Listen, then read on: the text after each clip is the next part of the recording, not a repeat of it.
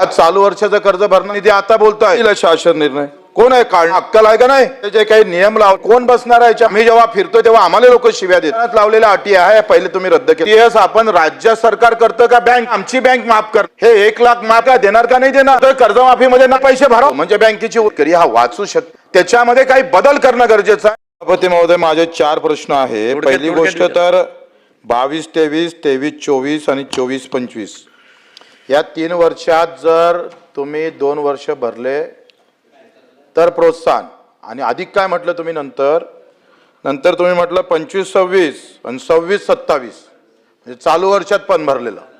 मला एक सांगा चालू वर्षाचं कर्ज भरणार मार्च 27 मार्च आणि त्याला प्रोत्साहन निधी आता बोलताय हे कोण लिहिलं शासन निर्णय कोण आहे काढणारा कुठली समिती आहे सांगणारी यांना अक्कल आहे का नाही ते उत्तर देतील प्रश्न। अध्यक्ष महोदय हे सगळे जे काही नियम लावले हे अफलातून कोण बसणार आहे याच्यामध्ये पहिले 22-23, 23-24, 24-25, 26-27 हे सगळं आपल्याला पाहावं लागेल। याच्यामुळे सरकार बदलाव होत चाललाय सरकारला शिव्या खावं लागतंय आम्ही जेव्हा फिरतो तेव्हा आम्हाला लोक शिव्या देतय।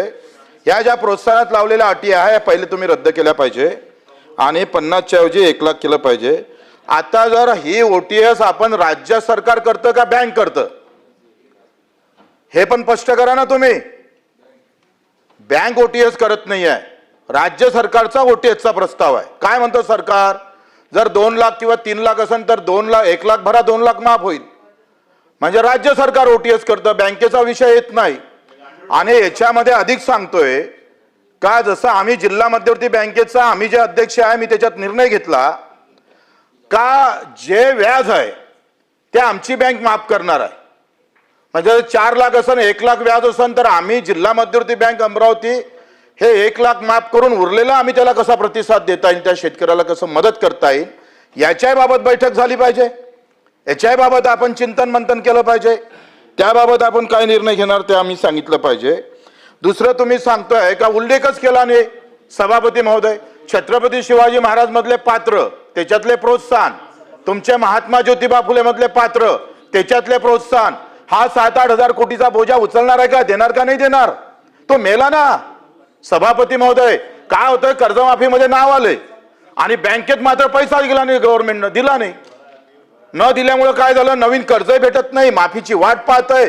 काही शेतकरी हायकोर्टात गेले आणि हायकोर्टाने निर्देश दिले का हे पैसे भरावं लागेल सरकारले जर तो पात्र आहे तर आपल्याला द्या लागणार। सभापती महोदय याबाबतही काही खुलासा होत नाहीये हा खुलासा केला पाहिजे आपण हा खुलासा जर केला नाही। दुसरं तुम्ही काय म्हणताय 2019चा जो महात्मा फुले मध्ये जो काही लाभार्थी आहे ज्याला लाभ भेटला त्याला तुम्ही फक्त 50,000 देणार सांगा त्याच्यावर 3 लाख कर्ज आहे 2 लाख कर्ज आहे त्यानं 1.5 लाख भरावं 50,000 द्यावं म्हणजे बँकेची वसुली म्हणावं का याला याबाबत निर्णय घ्यावा लागेल। एकतर का होतंय का या सगळ्या संदर्भात तुम्ही जे गुंतागुंतीचे मुद्दे वाढवले भारणे दादा तुम्हाला माहित आहे का याच्यामुळे तुम्हाला आम्हाला कसं तोंड द्यावं लागतं हे पाहायला पाहिजे।